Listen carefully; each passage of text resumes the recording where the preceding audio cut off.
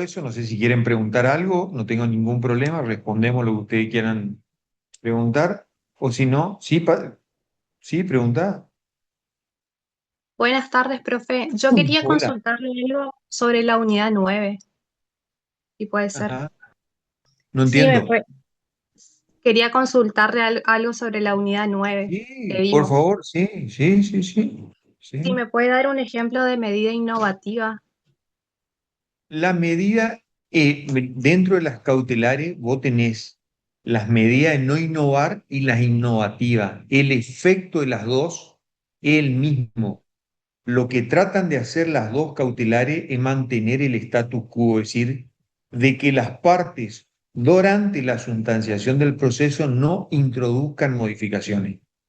La diferencia entre la medida de no innovar y la innovativa es que la medida de no innovar tiene efecto para futuro, de que se ordena la medida para adelante. Y la innovativa tiene efecto retroactivo, te retrotrae hasta el momento en que comenzó a, de alguna manera, afectarse ese derecho. Te doy un ejemplo para que entiendas bien a qué hacen referencia una y otra. Hoy saca un decreto el gobernador de Misiones donde dice de que a partir del mes de mayo de 2026 nadie va a cobrar más de 2 millones de pesos. Y vos cobrás 4 millones. O sea que ahí no hago ya saber que a partir del mes que viene va a comenzar a cobrar el 50% de lo que vos persigas. Entonces, ¿qué es lo que vos vas a hacer? Donde te vas a ver afectada en un derecho adquirido y sobre todo en un derecho constitucional, vas a plantear un amparo. Y el amparo lo vas a plantear con una cautelar que es una medida de no innovar. Va a ir dirigida contra el gobierno para que hasta que se resuelva la cuestión de fondo a vos no te toquen el sueldo. Pero resulta que vos planteás la cautelar y la cautelar recién se va a resolver dentro de 2 meses. Es decir, vos mayo y junio vas a cobrar el 50%. Y a partir de julio va a comenzar a cobrar otra vez normalmente. Bueno, si la medida de no innovar, desde julio en adelante cobra bien. Y si la medida innovativa, desde julio comienza a cobrar bien, pero te van a devolver los meses de junio y mayo. Una es con efecto retroactivo, la otra es simplemente con efecto para adelante. ¿Quedó claro o no? Sí, muchas gracias, profe. Perfecto. ¿Alguna otra consulta que quieran hacer? Muy bien. Les comparto la unidad 11.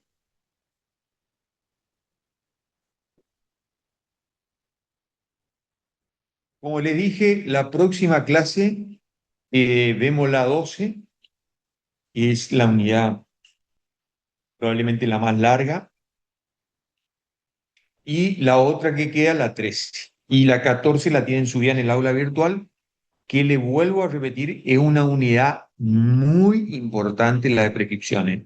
Es un instituto de muchísima importancia práctica. Estamos, bueno, ahí tienen lo que hace referencia la unidad número 11, que es el tema de la transmisión de las obligaciones. Es decir, la transmisión de las obligaciones hace referencia a cuando se cambian los sujetos de la obligación. Es decir, se altera uno de los elementos esenciales, los sujetos. Puede ser que se cambie el sujeto activo acreedor, puede ser que se cambie el sujeto pasivo deudor. Es decir, lo que se cambian son los sujetos, pero los demás elementos, el objeto o prestación, la causa fuente y el vínculo jurídico, es decir, la relación crédito-deuda, se mantienen inalterables.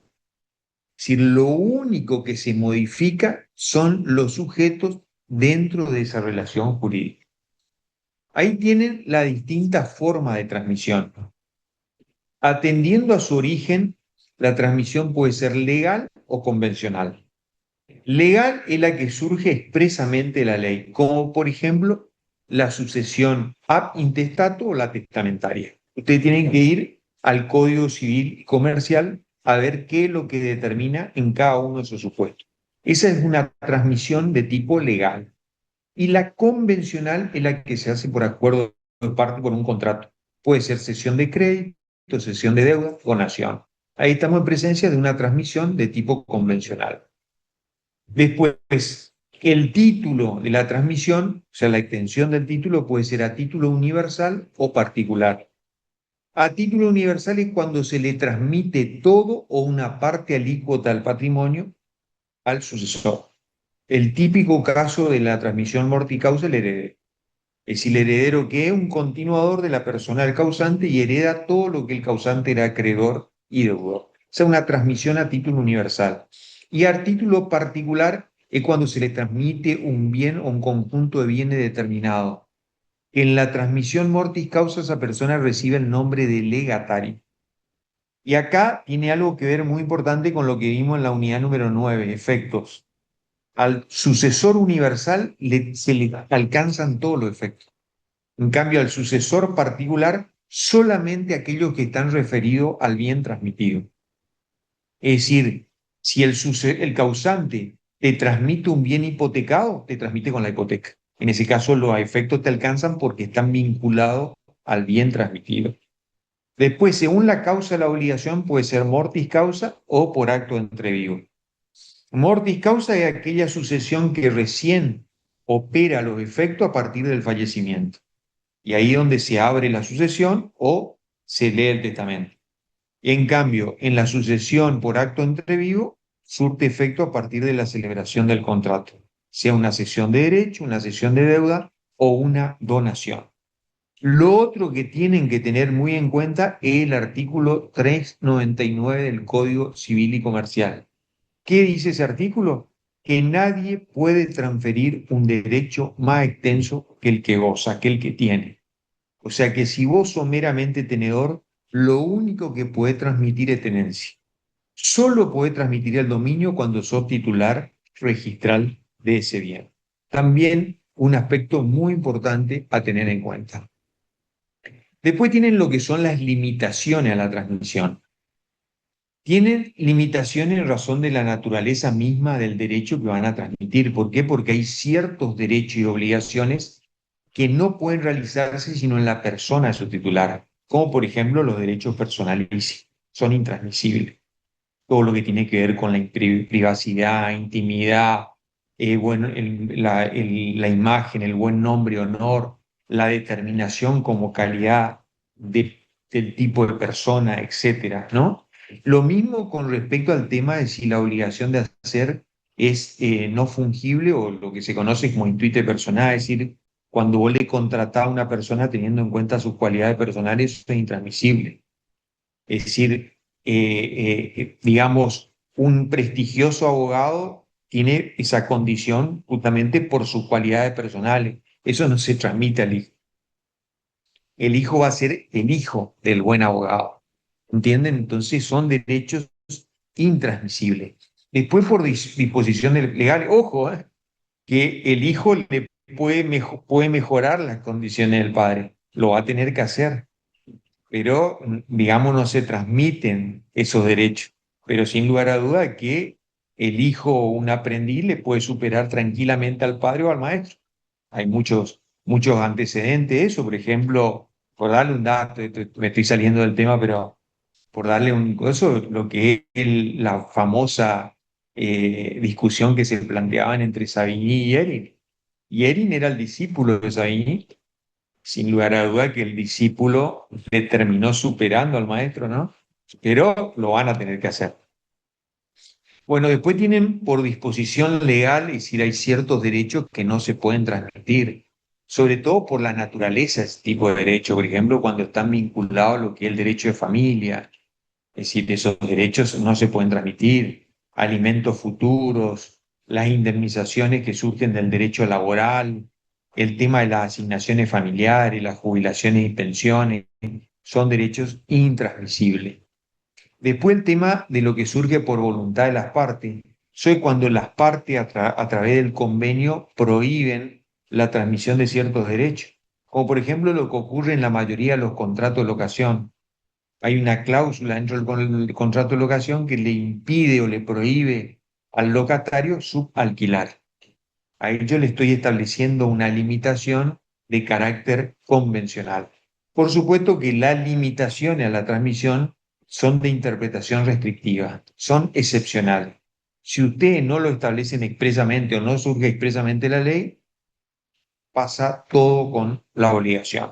¿Estamos? Ahí tienen lo que es la cesión de derecho, que antes le llamábamos cesión de crédito. Ahora el Código Civil y Comercial le llama cesión de derecho, que en realidad no es otra cosa que la cesión de derechos creditorios. O sea que, digamos, no está mal si le llegan a decir cesión de crédito, como lo decía el Código Civil anterior. Pero en realidad hoy es cesión de derecho. Y lo que se cede es derecho a un crédito. ¿Y cuál es la particularidad? Ustedes tienen el acreedor, un tercero que sería el nuevo acreedor al cual le transmiten ese derecho creditorio, y el deudor. ¿eh? Esa sería la situación. La particularidad acá, por ejemplo, es que ustedes no le tienen que pedir el consentimiento al deudor. No, simplemente transfieren el crédito, el derecho, y lo que hacen es notificarle al deudor y le dicen, deudor, no me tenés que pagar más a mí, le tenés que pagar a él. Y el deudor entonces ya sabe con quién tiene que cumplir esa obligación. Es un contrato, lo van a desarrollar muy bien cuando vean contrato. Entonces acá lo que vamos a fijar simplemente a qué hace referencia como transmisión de las obligaciones. Y ahí está el artículo 1614, donde dice hay un contrato de cesión cuando una de las partes transfiere a la otra un derecho al crédito. Se aplican a la cesión de derechos las reglas de la compra-venta, si hay un precio en dinero, de la permuta, si lo que se entrega es una cosa, o de la donación, si es una liberalidad, es decir, si se hace a título gratuito. Es decir, ustedes tienen las disposiciones normativas de la cesión de derechos, pero se le aplican supletoriamente las disposiciones normativas de otros contratos, por ahí si no está regulado dentro del capítulo específico. La metodología sigue el criterio de la doctrina mayoritaria, donde lo que hace es, dentro de los contratos, regula en un capítulo especial todo lo que tiene que ver con la transmisión de derechos y obligaciones. Entonces está la cesión de derecho, la cesión de deuda y la cesión de posición contractual. Todo está tratado dentro de ese mismo capítulo que es el capítulo 26, dentro de los contratos en particular.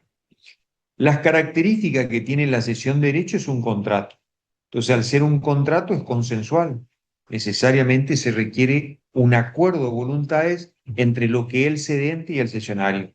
El cedente, ¿quién es? El acreedor, y el cesionario, el tercero, que va a ser el nuevo acreedor. La segunda es que la cesión de derecho es formal.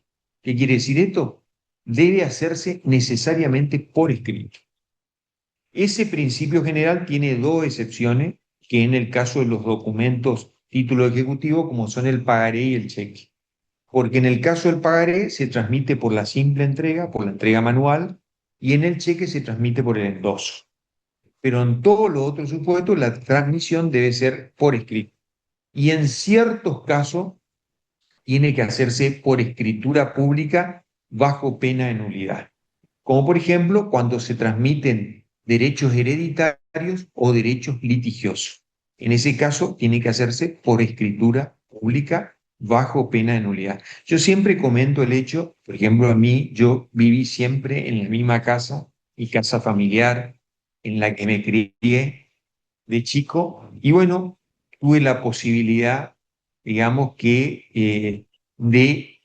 en la casa estaba a nombre de mi padre falleció, y tuve la posibilidad de comprarle la parte de la casa a mis dos hermanos. Bueno, eso, mis dos hermanos lo que hicieron fue hacerme una cesión de derecho hereditario. Esas dos sesiones de derecho hereditario se hace por escritura pública, y lo que yo hice fue abrir el sucesorio de mi papá y presentarme entre el sucesorio e incorporé las dos sesiones. Entonces, cuando pedí la inscripción del bien a mi nombre, directamente el juez toma en cuenta esa transmisión y ya la inscribe directamente ya a favor mío. Pero necesariamente tiene que hacerse por escritura pública.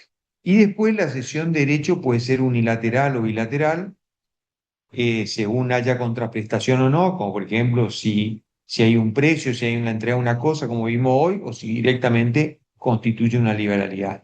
Y de la misma manera puede ser oneroso o gratuito.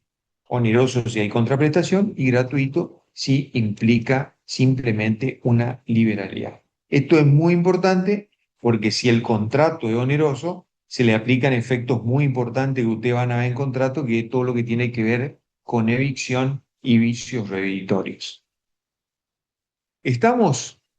Después tienen, este sí, un instituto propio en nuestra materia, como es la cesión de deuda. La cesión de deuda, a diferencia de la cesión de derechos, es un contrato, un acuerdo de voluntad que se perfecciona también entre el cedente y el cesionario, pero en este caso el cedente es el deudor originario y el cesionario es un nuevo deudor, un tercero. Acá sí se requiere el consentimiento del acreedor. Y ya van a ver por qué. Es importante el consentimiento del acreedor. Esta fue una figura muy resistida en el derecho. Tanto es así que Vélez Sarsfield no la regula dentro del Código Civil, e inclusive no es una crítica a Vélez Sarsfield, porque cuando Vélez Sarsfield sanciona el Código Civil, este era un instituto que todavía tenía mucha oposición. A los que no, de alguna manera sí se le critica, y a los de la 17711 aborda de no haberla incorporado con la modificación.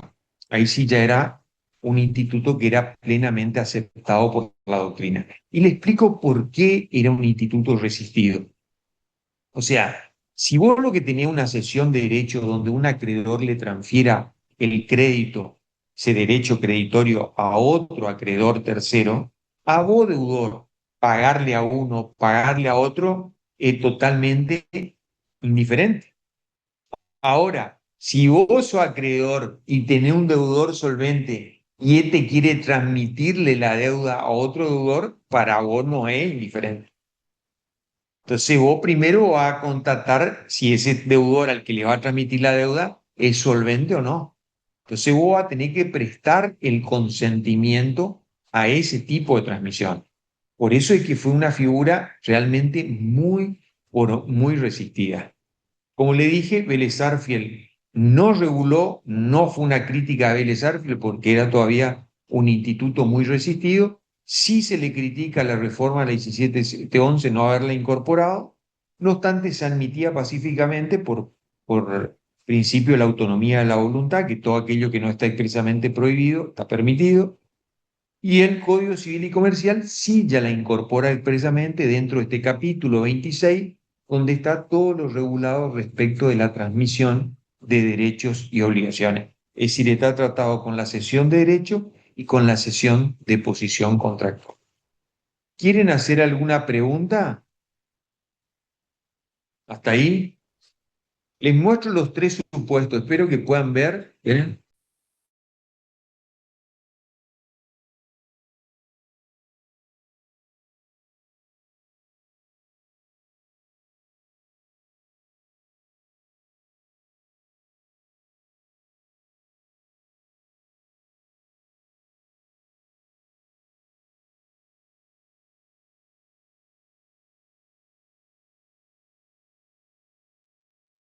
Bueno, les muestro ahí la pizarra. Vamos a tratar de ver si se puede ver, pero tienen tres institutos que analizar ustedes en el tema de la cesión de deuda, que son la cesión de deuda propiamente dicha, que es la que está regulada en este artículo 1632, la asunción de deuda, que está en el 1633, y la promesa de liberación, que está en el 1634. Cada una tiene sus particularidades, sus elementos caracterizantes, que es lo que ustedes tienen que diferenciar. Entonces tienen lo primero que es, perdón, estaba por matar en el otro lado. Bueno, lo que es la cesión de deuda. Entonces ustedes tienen el acreedor original, el nuevo, perdón, estaba por ir a cesión de derecho. Cesión de deuda. Entonces tienen el deudor original, el nuevo deudor, que sería el tercero, y el acreedor. Bueno, en la cesión de deuda propiamente dicha se pueden dar dos situaciones. Lo primero que ustedes tienen que tener en cuenta acá en este instituto, en las dos situaciones, es que es un acuerdo entre estos dos sujetos por el cual este le transfiere la deuda al tercero, nuevo deudor, y necesariamente se requiere el consentimiento del acreedor. Entonces, la particularidad que tiene la cesión de deuda es que es un acto jurídico que se perfecciona entre los tres sujetos, porque es un acuerdo entre los dos deudores con el consentimiento del acreedor. Acá se requiere sí o sí el consentimiento del acreedor. Ahora bien, el acreedor puede tomar dos posiciones. La primera posición es acepta la transmisión al nuevo deudor tercero y libera al deudor originario, quedando una sola relación jurídica entre el tercero y el acreedor. Esto se llama cesión de deuda perfecta. En cambio, el acreedor consiente la transmisión, pero no libera al deudor originario. Y en ese caso lo que hace es se suma un nuevo deudor dentro de la relación jurídica y el acreedor le puede exigir a uno o a otro. Y también estamos en presencia de una cesión de deuda. Le leo el artículo 1632. Dice, hay cesión de deuda si el acreedor, el deudor y un tercero, acuerdo entre los tres sujetos, acuerdan que éste debe pagar la deuda sin novación. No hay novación, porque ya van a ver en la unidad número 13 que si hay novación, se extingue una obligación, nace una obligación distinta. Acá no, acá es la misma obligación, la que se transmite. Entonces, dice, sin que haya novación, si el acreedor no presta conformidad, es decir, no lo libera al deudor originario, el tercero se suma como un deudor más. Es decir, este acreedor le puede exigir a uno o le puede exigir a otro. En los dos supuestos están en presencia de una cesión de deuda que surge del artículo 1632. ¿Quedó claro? Vamos al otro.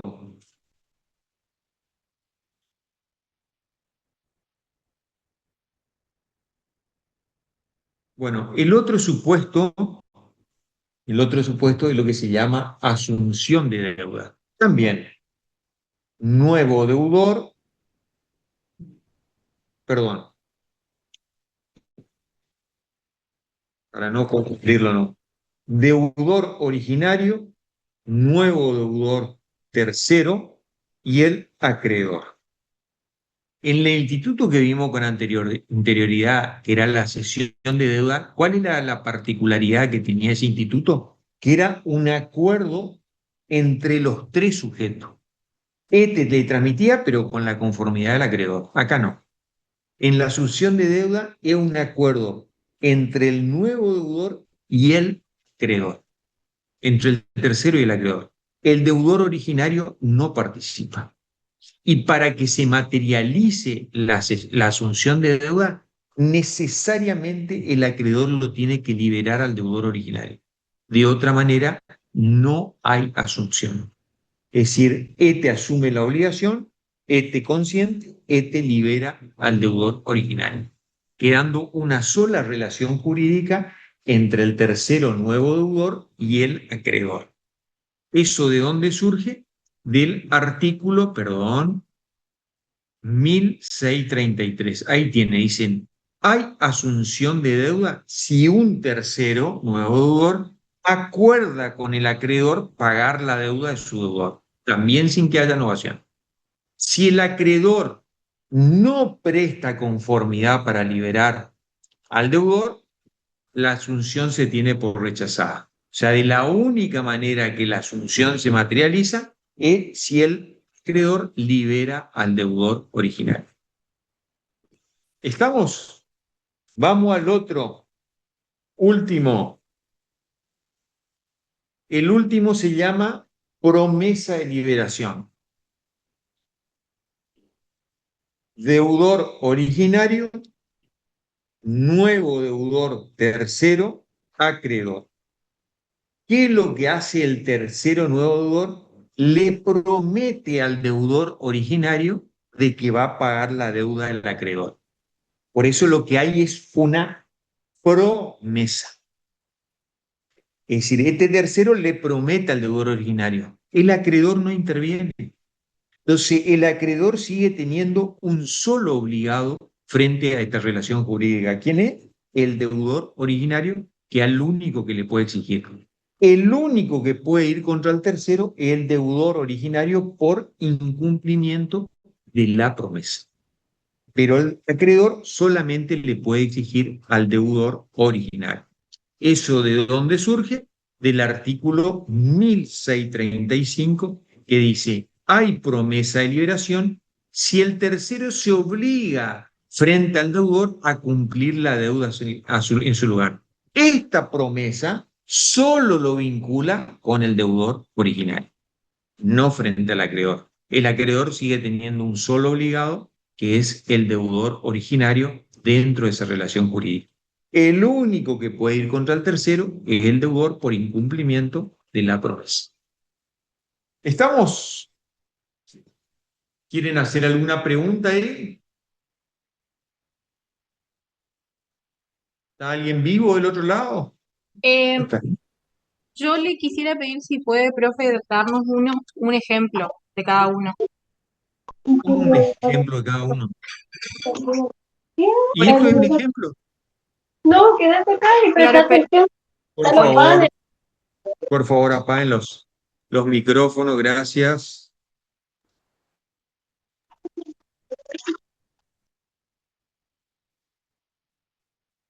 O sea, el ejemplo es cuando vos transmitís deuda.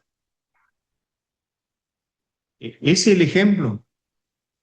Cualquier supuesto donde vos transmitís deuda a otro sujeto, necesariamente tiene que estar la conformidad del acreedor. Es decir, vos podés transmitir derechos creditorios como podés transmitir deuda. Por ejemplo, transmitir una deuda con un banco. Por supuesto Profe, que... Sí, te escucho. perdón, profe, y en la relación de deudor original con el nuevo deudor en la asunción de deuda, Ajá. ¿importa eso al acreedor o le es indiferente? No entiendo a lo que hace referencia. Por ejemplo, en la ¿Cómo? asunción de deuda, usted dijo que el deudor originario Ajá. se queda exento de la relación que tiene el nuevo deudor con el acreedor.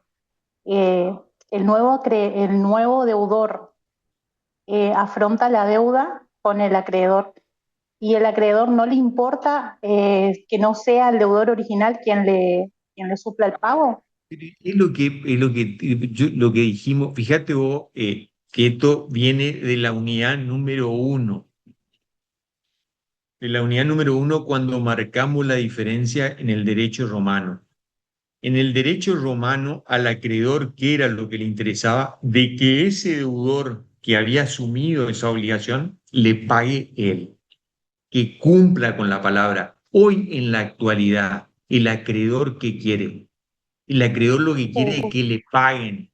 Si viene un extraterrestre de Marte y le dice, te traje la plata, a él no le interesa. Él lo que quiere es que le paguen. Entonces, esa es la situación.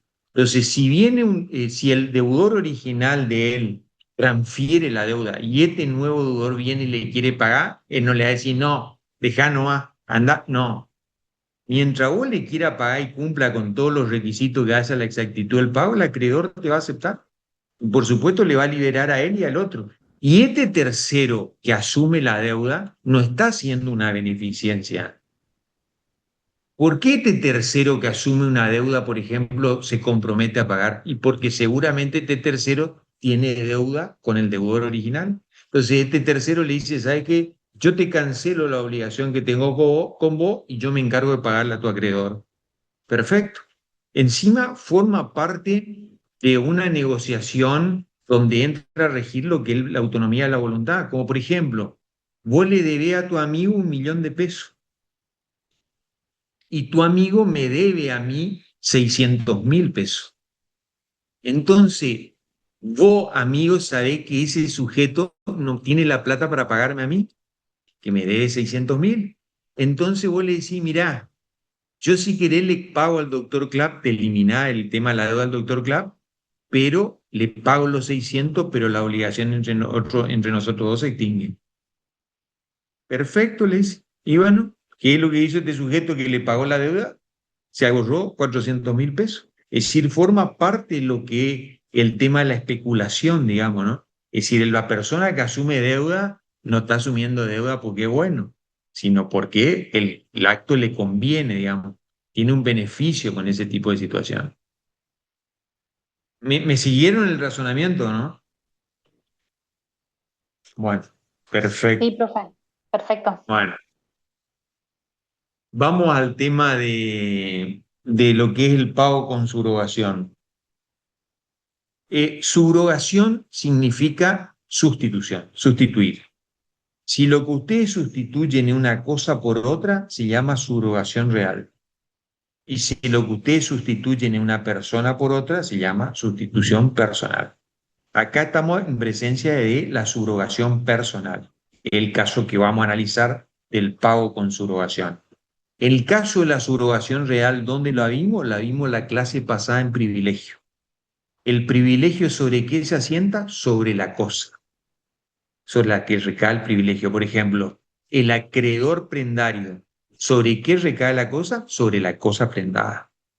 Pero cuando esa cosa prendada se vende en subasta pública, por subrogación real, ¿el privilegio sobre qué recae? Sobre la suma de dinero obtenido de la venta de esa cosa. Ese es un caso de subrogación real. Es decir, se sustituye la cosa, el bien, por una suma de dinero. Esa sería una subrogación real. Acá lo que se sustituye es una persona por otra. Por eso la subrogación es personal.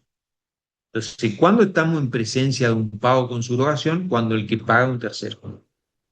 Entonces, ese tercero que paga se quiere subrogar en los derechos y acciones del acreedor para ir contra el deudor. O sea, el tercero paga, el acreedor le transmite todos los derechos para ir contra el acreedor. Tienen distintos supuestos. Para los requisitos para que proceda el pago con subrogación es primero que el pago debe cumplir todos los requisitos del pago, es decir, integridad, identidad, animum solvendi, capacidad de las partes, es decir, tiene que cumplir con todos los requisitos del pago. Después el pago tiene que ser realizado por un tercero, pero en calidad de tercero. Si el tercero que efectúa el pago, como por ejemplo usted el día de mañana abogado, lo hacen en representación del deudor, no hay tercero, el deudor. Porque el mandatario, ¿cómo actúa? Por nombre y cuenta de su mandante. Si el que está pagando es él, no yo. En este caso, para que actúe el pago por subrogación, yo tengo que pagar en calidad de tercero con mi patrimonio, con mi plata. Entonces, lo que quiero es recuperar mi plata. Y después que se le transmitan todos los derechos y acciones a ese acreedor. Las clases de subrogación pueden ser legal o convencional. La diferencia, le digo, esto es un juicio. ¿Saben cómo se llama la demanda? Se llama demanda del pago con subrogación. Es un juicio donde ustedes lo que hacen es pagan y quieren recuperar lo que pagan. Primero van a tratar de recuperar por la buena, y si esa persona no le paga por la buena, van a ir por la mala, que es a través de la vía judicial. Y se llama demanda del pago con subrogación. La diferencia entre la subrogación legal y convencional es que la subrogación legal impera por imperio de la ley, es decir, por ministerio ley. Es decir, usted lo único que le van a decir es, señor juez, en virtud de lo que determina el artículo tanto, inciso tanto, vengo a accionar por pago por subrogación contra fulano de tal. En cambio, en la subrogación convencional van a tener que acompañar el contrato. Es un contrato por el cual el acreedor al que le pagaste te transfiere todos los derechos y acciones. La subrogación convencional puede ser por acto del acreedor o por acto del deudor. Les muestro las dos, espero que me sigan. El que no está en clase se va a arrepentir toda la vida porque en el libro le va a destrozar la cabeza de esto, pero bueno, le explico cómo es. En el pago por subrogación, vos tenés el acreedor, el deudor, un tercero. Entonces, en el pago por subrogación, el que le paga al acreedor es el tercero. Y este acreedor le transmite al tercero todas las acciones para que éste vaya contra el deudor. Bueno, esa es la subrogación convencional por acto del acreedor. Un tercero que le paga al acreedor, el acreedor le transmite todas las acciones para que éste vaya. Entonces, para que este tercero pueda accionar contra el deudor, hay que hacer un contrato entre estos dos, por el cual este le paga, por el cual este le transmite la acción. Entonces, cuando este vaya contra el deudor, ¿qué es lo que va a presentar? Ese contrato. Por eso tiene que ser expreso, donde conste de que este le pagó a este y este le transfirió todos los derechos y acciones. Van a tener que acompañar el contrato. ¿Estamos? Le muestro la diferencia con la subrogación convencional por acto del deudor. También tienen acreedor, deudor, tercero. ¿Cuál es la diferencia acá? La diferencia es la siguiente. Este deudor le debe a este 1.000 pesos. Pero ¿qué es lo que hace el deudor? Va al tercero. El tercero se llama financiera o prestamista. Y le dice, financiera o prestamista, préstame 1.000 pesos. El tercero le presta los 1.000 pesos para que el deudor le pague al acreedor. Extingue esta obligación, pero este deudor que le pidió prestado, ¿qué es lo que hace? Le transfiere al tercero prestamista los derechos y acciones del acreedor. También tiene que ser expresa, también tiene que constar en el título donde se realiza el acto de que este tercero le prestó plata, que la plata fue para cancelar una obligación, y también tiene que constar de que este deudor le transmitió todos los derechos y acciones a ese tercero. ¿De dónde surge eso? De ese artículo que está ahí, 917. El acreedor, el deudor que le paga a su acreedor con fondos de tercero puede subrogar al prestamista. Este le pide plata al tercero, le paga al acreedor y él le subroga al tercero prestamista en los derechos y acciones del acreedor. Y después lo que sigue son los requisitos que tiene que contener ese contrato para que usted puedan presentar después en el juicio y cobrar eso que pagaron.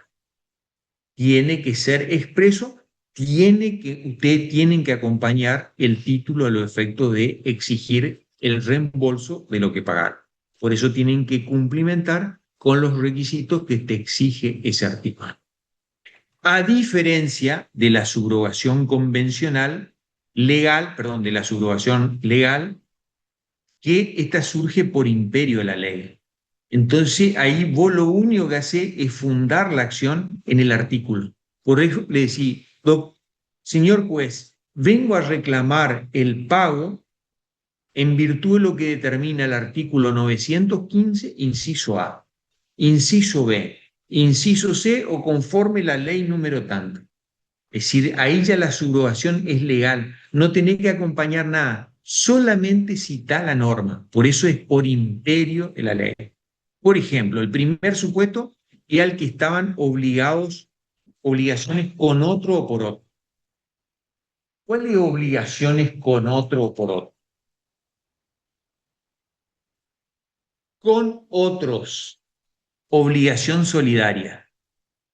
Deudor 1, deudor 2, deudor 3. Cada uno debe 30, pero frente al acreedor, ¿cuánto le tenés que pagar si la obligación es solidaria? Le tenés que pagar de manera íntegra. Entonces, el deudor 1, ¿cuánto le pagó? 90. Bueno, este deudor 1 que pagó 90, pero que en realidad debía 30, va a ir contra este, que es lo que se llaman relaciones internas. Bueno, este deudor 1 que pagó 90, ¿qué es lo que va a hacer? Se va a subrogar en los derechos del acreedor para cobrarle a los otros deudores su parte correspondiente. Entonces le va a decir, deudor O, pagame los 30 que me debes. ¿En virtud de qué? Del artículo 915, inciso A. Deuda con otro. Y deuda por otro, el caso del garante. vos inquilino no paga, yo le ejecuto al garante. El garante, ¿qué es lo que se va a hacer? Se va a subrogar en los derechos del propietario locador para ir contra el inquilino. Obligación por otro. Ahí cuando el garante le reclame al inquilino, le va a decir en virtud del artículo 915, inciso A. Después, cuando vos pagás en calidad de tercero, es decir, ya sea con el consentimiento en ignorancia, igual podés reclamar el tema de los gastos en virtud del pago por subrogación. Después el heredero, que paga con fondos propios deuda de la sucesión, también otro supuesto donde él se va a subrogar en los derechos de la sucesión para ir contra los herederos. Y el otro caso característico, por eso dije una ley, es la que surge la ley de seguro. Es decir, ustedes asegurados contratan un seguro, por ejemplo, contra tercero, y resulta que sufren un daño, ¿qué es lo que va a hacer el seguro? Te va a pagar. Pero después el seguro se va a subrogar en tu derecho para ir contra el tercero. Eso procede tanto si el daño es material, es decir, sobre la cosa, por ejemplo, sobre tu auto, como sobre la persona. En el único caso que no procede en materia de seguro, el tema del pago por subrogación, es cuando estamos en presencia de un seguro de vida. Ahí no va. Solamente en los seguros, por ejemplo, contra tercero, ya sea respecto del bien o respecto de la persona, y otros los casos que surge por imperio de la ley. En cuanto al tema de los efectos, los efectos son lo que dijimos, el tercero que paga al acreedor, digamos, lo que debía a su deudor original, se subrogan los derechos del acreedor, por el cual el acreedor le transmite todos los derechos y acciones. Ese es el principio general. Bueno, ese principio general tiene excepciones, y las excepciones derivan de la autonomía de la voluntad, porque en este caso no afecta una norma de orden público. Entonces, por ejemplo, el acreedor te puede decir, mira, yo te transmito todos los derechos y acciones, menos la prenda, porque la prenda es sobre un vehículo que es un amigo mío. Eso se extingue. Vos aceptás o no, pero él te pone una limitante a ese tipo de transferencia. Eso está plenamente permitido. Surge el artículo 919 del inciso C. La subrogación convencional puede quedar limitada a ciertos derechos y acciones. Es decir, él te limita, ciertos derechos pasan, otros no. ¿Vos aceptás o no? Si aceptás, se perfecciona el contrato, de otra manera no se llega a ese acuerdo. ¿Estamos? ¿Quieren hacer alguna pregunta hasta acá? Quedan 2 temitas y los libero.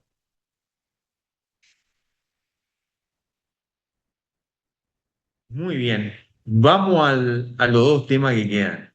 Uno es reconocimiento. Fíjense, ahí tienen el artículo del Código Civil anterior, que era el artículo 718. ¿Qué decía? El reconocimiento de una obligación es la declaración por la cual una persona reconoce estar sometida a una obligación respecto de otra. Bueno, este artículo 718 tenía 2 grandes defectos. El primer defecto que tenía era gramatical. ¿Por qué? Porque definía el instituto con la misma palabra que el reconocimiento cuando se reconoce. Entonces le hacían esa observación desde el punto de vista gramatical. Y la otra deficiencia que tenía el artículo es que hacía referencia solamente al reconocimiento expreso. ¿Por qué? Decía el reconocimiento de una declaración por la cual, es decir, estaba haciendo referencia al reconocimiento expreso. Y el reconocimiento puede ser expreso o tácito. ¿Qué es lo que hizo el Código Civil y Comercial en materia de obligaciones respecto al código anterior? Se hizo eco de las críticas y las solucionó en este nuevo código. Este es un artículo que lo modificó. Fíjense lo que dice el actual artículo 733 en materia de reconocimiento. El reconocimiento consiste en una manifestación de voluntad expresa o tácita. Ahí ya aclara que el reconocimiento puede ser de las 2 formas. Y dice por la cual el deudor admite, ya no utiliza más el término reconoce. Es decir, viene a solucionar las dos críticas que le hacían al Código Civil anterior, la soluciona en este nuevo artículo. Eso es el reconocimiento. El reconocimiento es una manifestación de voluntad expresa o tácita por la cual el deudor admite la existencia de la deuda. Los caracteres es un acto unilateral porque depende exclusivamente de la voluntad del deudor. Él si quiere admite, si quiere no. Es decir, es unilateral. Después del momento que él admite la existencia de la deuda, ya sea de manera expresa o tácita, eso es irrevocable. Él no puede decir, no, me equivoqué, me arreglé. No, no existe. Del momento que vos admitiste la existencia, ya se da por reconocido ese acto. Y después es meramente declarativa, no traslativa. Y esto tiene importante efecto, ya van a ver en contrato, respecto a lo que es evicción y vicio reditorio. Es decir, ustedes no me dicen, doctor, ¿le gusta el termo que le regalé? Sobre todo con esto, miren, con este loguito que tiene acá. Con este loguito, ¿le gusta? Sí. Bueno, en el reconocimiento no. Usted en el reconocimiento dicen, doctor, ese termo es suyo. Ustedes no me transmiten nada. Ustedes simplemente lo que hacen es reconocen de que esto me pertenece. Entonces, al no transmitirme nada, no responden ni por evicción ni por vicio reditorio, que tiene una importancia significativa. Solamente están admitiendo de que esto me pertenece a mí. ¿Estamos? El reconocimiento no es ni gratuito ni oneroso. Es decir, participa del acto que ustedes reconocen. Si vos reconocés la existencia de un contrato de compraventa, es oneroso. No porque el reconocimiento sea oneroso, sino por el contrato de compraventa es oneroso. Si vos reconocés la existencia de una donación, es gratuito. No porque el reconocimiento sea gratuito, sino porque la donación es gratuita. Es decir, participa del acto jurídico que vos estás admitiendo su existencia. Por eso, como dice Compañucci, es neutro. Es uno u otro. Después, el tema del acto del reconocimiento, como le dije, puede ser expreso o tácito. El expreso es mediante una declaración de voluntad inequívoca por el cual vos admitís la existencia de la obligación. Vos decís, sí, efectivamente yo te debo esto, dame un compás de espera, yo te voy a pagar, ahí lo está admitiendo de manera expresa. Y el reconocimiento tácito es cuando se deduce de determinados tipos de actos, por ejemplo, o hace un pago parcial. Al hacer un pago parcial está reconociendo la existencia de la deuda. Paga intereses. Le solicita al deudor que te dé una prórroga. Dame quita. Le decís, che, sacame los intereses que me está cobrando, me está matando. Bueno, todos esos supuestos son reconocimiento de la obligación y son de carácter tácito. Es decir, vos a través de esos actos estás reconociendo la existencia de esa obligación principal. Y después está lo que es la diferencia entre el título nuevo y el título primordial. Que lo único que hace el código, al igual que el código anterior, es de alguna manera sentar un principio general que responde a un sentido común. Fíjense cuál es la situación para que ustedes entiendan. Me dice, doctor, yo me tengo que ir el último cuatrimestre me tengo que ir a corriente porque tengo que rendir, tengo que cursar las últimas materias ya. Usted no tiene un departamento para que me pueda alquilar, pero necesito que sean eso nomás, esos últimos 5 meses. ¿Puede ser o no? Sí, te alquilo, te digo, bueno, vamos a hacer un contrato. Perfecto, hacemos un contrato, te alquilo por 5 meses, un departamento ubicado en tal lugar.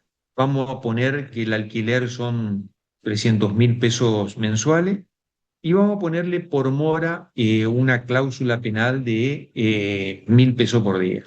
¿Te parece bien? Sí, me parece bien. Hacemos el contrato, lo firmamos. Resulta que a los 2 meses me dice, doctor, se me perdió el contrato. Tengo que celebrar uno nuevo. ¿Usted no sabe? No, no recuerdo, el contrato lo firmamos, lo llevaste vos por el tema de... ¿Cómo podemos hacer? Y vamos a hacer uno nuevo. Bueno, hacemos el contrato de alquiler por los 5 meses, ya lleva 2 meses de ejecución. ¿Cuánto pusimos alquiler? No me acuerdo bien, doctor, 320 era, 320. y ponemos una cláusula penal de 5.000 pesos por día, el otro era de 1.000, las condiciones y demás. Bueno, ahí ustedes tienen el título original que se perdió y el título nuevo que acabamos de confeccionar, que tiene unas diferencias respecto del título original. Entonces, ¿qué pasa? Comienza la ejecución de este título nuevo y al poco tiempo aparece el original. Entonces tenemos dos títulos, el original y el nuevo, donde los dos establecen una obligación entre ambas partes, pero con diferencias sustanciales. La pregunta es, ¿a qué debemos estar? ¿Al título original o al título nuevo? Y esta es una respuesta de sentido común. ¿Por qué de sentido común? Porque si el título original no hubiese desaparecido, nunca hubiese existido un título nuevo. Entonces, siempre al que tenés que estar es al original. Salvo, dice el artículo, que exista una nueva ilícita causa de deber. Esa nueva ilícita causa de deber está haciendo referencia a lo que se llama novación. Se extinguió una obligación y nació una obligación distinta. Pero si hablamos de mero reconocimiento, siempre debemos estar al título original. Y eso es lo que deriva del artículo 735. Si el acto de reconocimiento agrava la prestación original, el título original, o la modifica en perjuicio, siempre debe estarse al título original, a no ser que haya una nueva ilícita causa de deber. Esa nueva ilícita causa de deber se llama novación, es decir, una obligación distinta. Estamos, bueno, los efectos que tiene el reconocimiento, dos efectos muy importantes. El primero, probatorio. Es decir, si vos te quedás sin título que la otra persona te haya admitido la existencia de la deuda, automáticamente te genera el nuevo título. Es decir, vos ya le decís, te vengo a reclamar en virtud de lo que expresaste el día tanto. Es decir, es un elemento probatorio importantísimo. Y lo otro que hace el reconocimiento, que ya van a ver en la unidad 14, interrumpe el curso de la prescripción. Muy, pero muy importante. ¿Estamos? Y este es el último punto de la unidad, que tiene que ver de que toda obligación que nace necesariamente en algún momento se tiene que extinguir. Entonces, lo que regula son los medios de extinción de las obligaciones. En el Código Civil anterior, ustedes tenían un solo artículo que mencionaba de manera ejemplificativa todos los medios de extinción, todos. Situación que cambió en este Código Civil y Comercial y que tiene que ver también con algo que vimos en la unidad 1, que se llama metodología interna. ¿Por qué? ¿Qué es lo que hace este nuevo código respecto de los modos de extinción? En el capítulo 4 trata del modo de extinción por excelencia de las obligaciones, que es el pago. Y trata todas las cuestiones que están vinculadas al pago. Hoy vamos a agregar lo que es pago en sentido estricto, el convencional, pago por medio electrónico, pago por consignación, dación en pago, y dentro del capítulo de pago está el otro tema importantísimo, que es la mora, que es cuando ustedes se retrasan en efectuar ese pago. Eso está todo dentro del capítulo 4. Y en el capítulo 5 trata de otros modos de extinción. ¿Por qué otros modos? Aparte del pago. Y ahí menciona los otros modos de extinción, que son la novación, la compensación, la renuncia, la remisión, la confusión, la imposibilidad de pago. Y aparte de todos los medios de extinción enumerados en esos artículos, tienen lo que son los medios de extinción no enumerados. Por ejemplo, la prescripción extingue el derecho. Por ejemplo, la transacción que antes estaba enumerada en el código, ahora el Código Civil y Comercial lo sacó de los modos de extinción y lo llevó a los contratos, como un efecto de los contratos.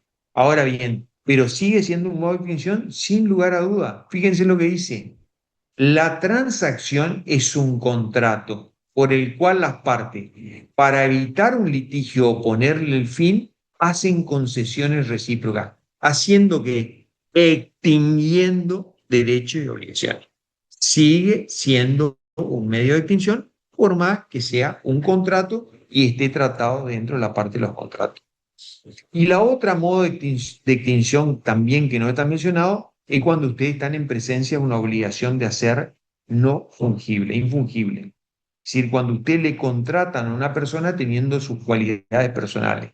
Si esa persona muere, la obligación se extingue. Lo que dijimos hoy, no se puede transmitir a su heredero. Entonces, la obligación se extingue por muerte de ese sujeto en el caso de una obligación fungible. Y eso es toda la unidad número 11. Si no quieren hacer alguna pregunta, dejamos acá, me voy a preparar porque me tengo que ir a dar otra clase. Profe, ¿Quieren hacer alguna sí. Con pregunta? respecto al reconocimiento tácito, profe, Ajá. al no estar eh, contemplado expresamente, y dice de la voluntad la certeza, sí o sí, tiene que valerse por la acción del reconocimiento al deudor, es decir, me pertenece, pero debo mostrarlo, No, porque, por ejemplo, es decir, ¿por qué el reconocimiento tácito? Por ejemplo, el reconocimiento expreso, la persona, vos le reclamás el cumplimiento de la obligación y la persona te dice, sí, yo reconozco la existencia de esa obligación, reconozco que te tenía que pagar de manera tal, lo único que estoy teniendo una imposibilidad. Esa persona te está reconociendo de manera expresa. La otra es que vos no presenta nada y la persona viene voluntariamente y te dice, doctor, ¿me puede dar una prórroga? Él no te está reconociendo la existencia de la obligación de manera expresa, pero al pedirte una prórroga, te está reconociendo de manera tácita. Si te pide una prórroga, que la obligación existe. Si te pide una quita a los intereses, que la obligación existe. Si te efectúa un pago parcial, es decir, son todos actos que revelan la existencia de la obligación independientemente de que él no te lo reconozca de manera expresa. Por eso son reconocimiento tácito. claro, porque le pide un accionar para la obligación, pero no hace conducta propia, digamos, sí tengo este No, claro, no hace una manifestación de voluntad reclamo. inequívoca. No admite, pero de alguna manera a través de ese acto está reconociendo la existencia de la obligación.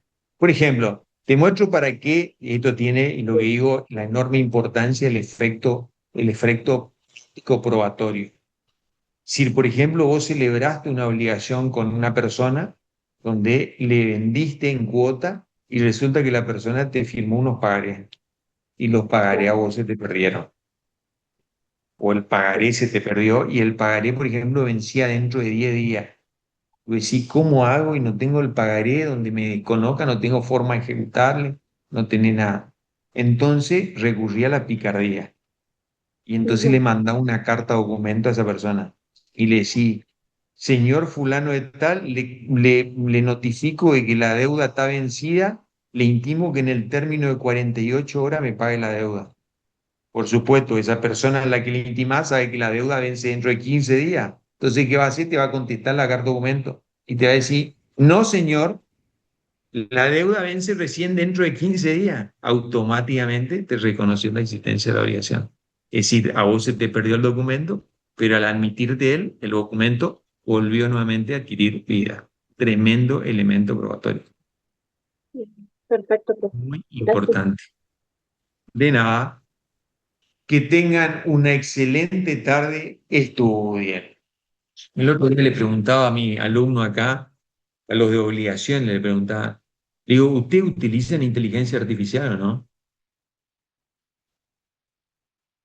¿Utilizan? Bueno, ahí me dice Miranda Teresa. Ah, nos Sí. está preguntando a nosotros. Diga usted, espectacular. Yo Yo uso, utilizo. profe, yo le pido muchos ejemplos, me ayuda con eso. Espectacular, muy bien. ¿Te ayuda? Exacto. Igualmente, Yo también. igualmente no es Yo- de fiar, igualmente no es de fiar no, que mucho, profe. mira, ¿te querés te diga algo? Esto cuando salió el tema, sobre todo el ChatGPT y todo eso, tenía algún margen de error. Ese margen de error hoy se achica significativamente y dentro de poco yo te diría que prácticamente no lo va a tener, porque se va nutriendo de toda la información que vos le vas subiendo. Entonces cada vez se hace mucho más efectiva la información que te tira. Pero tirarle lo que vos quieras, lo que a vos se te ocurra. Por ejemplo, yo utilizo mucho. Hoy, por ejemplo, no me acordaba en el Word cómo se contaban los caracteres. Ahí no agarré track, le digo, ¿cómo se cuentan los caracteres en el Word? Me dice, lo más fácil es andarte a la parte de abajo, en la solapa tal, dice título en tanto, te va a aparecer tal. Hice eso, solucionó el problema. Aparte de ser mi asesor jurídico, se ha transformado en mi asesor espiritual. Es decir, me asesora, hago catarsis, todo tremendo. Así que espectacular, tremendamente recomendable utilizar esa herramienta. Pero como A nos- toda la herramienta, hay que utilizarla bien, para el bien. Si ustedes la quieren utilizar para el mal, mal le va a ir. Siempre para el bien, pero es una tremenda herramienta. Estamos en contacto, que tengan una excelente tarde, cualquier cosa a disposición y le vuelvo a repetir, estudien. ¿eh? Ese todavía no soluciona la inteligencia artificial. No soluciona. La inteligencia artificial te va a facilitar todo, te va a resumir, te va a compactar, te va a dar un análisis perfecto de la situación, pero no puede rendir por vos. El que rendís sos vos. Entonces vos tenés que utilizar esa herramienta para volcarla. Entonces, ¿qué es lo que hace la inteligencia artificial? No te viene a sustituir a vos, sino viene a complementar tu actividad. Utilicemos la herramienta que es fundamental. Muy, pero muy buena. Hay sistemas dentro de la inteligencia artificial donde vos le podés subir el libro del doctor Clapp online. Le subís eso, le subí archivo y le decía a la inteligencia artificial, quiero que me haga un compacto de los aspectos más importantes de la cosa, y en 5 segundos tenés un resumen espectacular. Mirá la herramienta que te estoy dando. ¿Mm? Yo no tengo Estamos. su libro online, profe, yo compré su libro. No, bueno, está bien, No pero si está en vos, ningún lado, yo no lo tengo, por ejemplo. bueno, te doy dos situaciones, dos cosas. Si vos compraste el libro, le tenés que pedir a la editorial que te vendió el libro, que es Contexto, que te Ajá. mande la versión digital. Ah, Y ahí sí, vos vas a tener, bueno, la versión digital del libro si vos lo compraste. Y la sí, otra compré opción, por por Mercado ejemplo, Libre. bueno, si yo, por ejemplo, yo no te puedo dar la versión online porque donde yo te llego a dar la versión online, me van a hacer una denuncia a mí, pues estaría violentando todo lo que tiene que ver con el tema del derecho intelectual y demás. Ujú. Entonces, yo no te puedo, pero yo sé perfectamente que hay gente que tiene. Entonces, a esas personas que tienen, vos le podés pedir, tienen bibliotecas digitales, que te pasen la versión online y esa versión online la puedes subir a esa versión online, versión actualizada. Si te gusta otro autor del cual vos te gusta leer, por ejemplo, te gusta Pizarro, le querés subir la parte, digamos, online de Pizarro, algún artículo, todo eso, subí todo y le decís, haceme un compacto respecto de tu tema, de estos distintos autores, y larga todo y te dice, el doctor Clark opina esto, este es el resumen, tal cosa, Pizarro opina de esto, te hace, no, impresionante, tremendo. Gracias. Que tengan una excelente tarde, nos vemos. Hasta luego, Bueno, doctor. profe.